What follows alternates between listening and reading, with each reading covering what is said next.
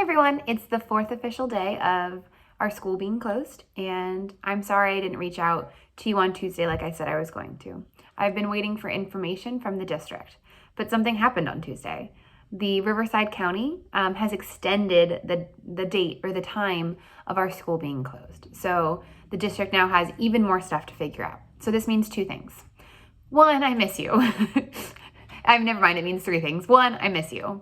Two, we have to be patient with ourselves, with each other, with our teachers, with me, everybody. This is completely new territory for all of us, and we're trying to figure it out as we go. So I'm very sorry if I test your patience. I'm trying. Number three. Now more than ever, routine is so important. I think I've told you that I'm trying to establish these routines. I'm trying to learn how to juggle. I'm very bad. Here's me trying to juggle. I suck. And not having the same routine in this classroom that we normally have, it was hard for me this week, right? Tuesday we talk about art, and that's one of my favorite days. You know how much I love to talk, especially about art. And we missed that. And I want to start getting back into that. We also talk about a little bit of art history on Block Day. So today we're going to cover a little art, talk about art, a little art history, and some funny different parodies of an artwork. So the Mona Lisa, we're talking about art. She is the most famous artwork of all time. Here she is. She was painted in 1503 by Leonardo da Vinci, who is an Italian artist, and it was during the Renaissance. So it was painted with oil, and it has been described as the best known, the most visited, the most written about, the most sung about, the most parodied artwork of all time, or in the world. And it's true. And it's tiny. It's 2 feet 6 inches by 1 foot 9 inches. So it's not very big. It's a portrait of a woman. It's pretty simple. Has anyone seen it in real life? If you have, you might say it's a little underwhelming, and I would agree. I've never been lucky enough to visit the Louvre, so I don't know. I mean, I know, but I don't know from firsthand, but I've seen some really cool videos of it. In fact, I'll put a couple clips right now. Can you imagine being in that room, wanting to see the Mona Lisa, and having to fight through crowds like that? It's kind of crazy.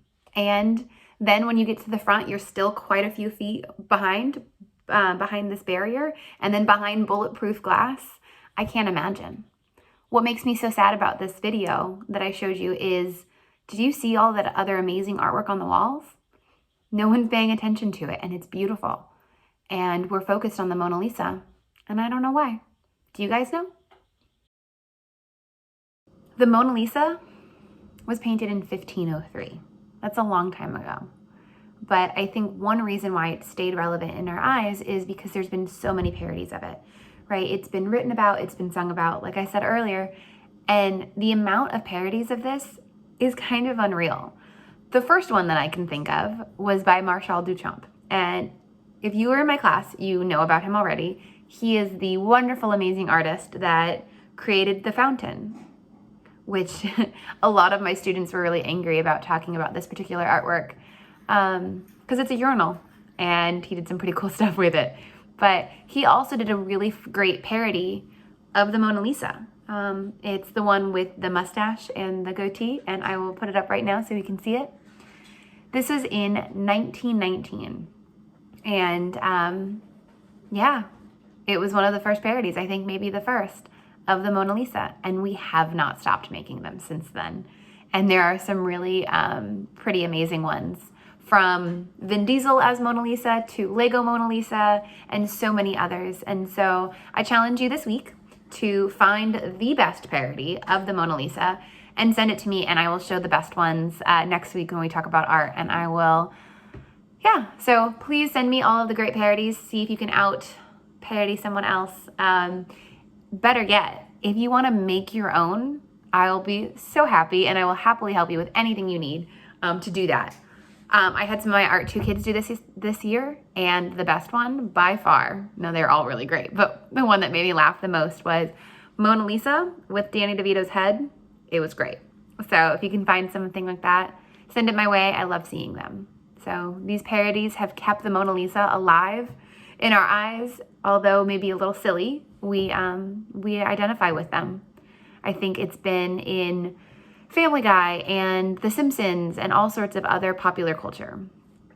One of my favorites is Beyonce did a music video at the Louvre. She rented out the entire Louvre and did the most beautiful music video.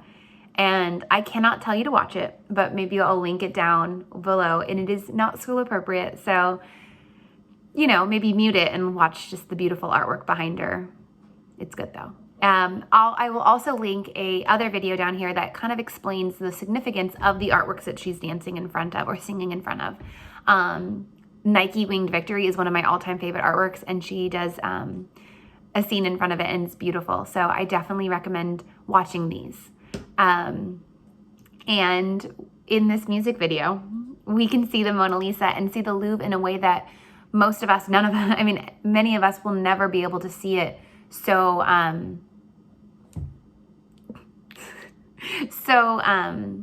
intimately. So being able to see this music video is really wonderful.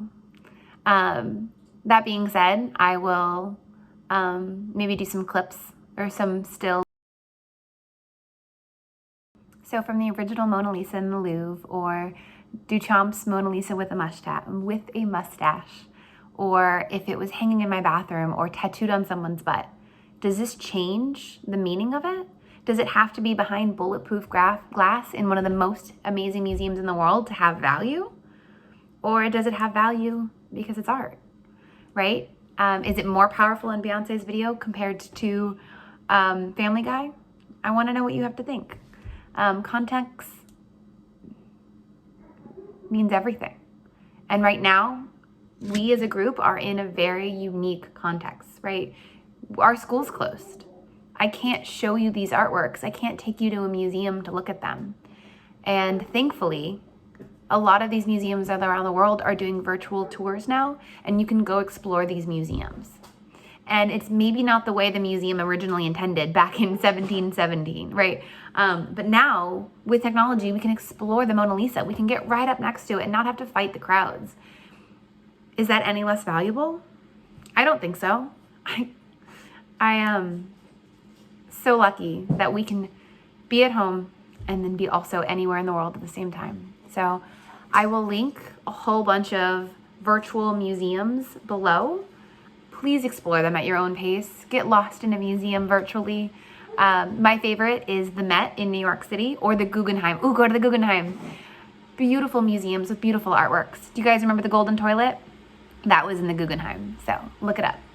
And I think that's all I have for you. I really hope you explore these works.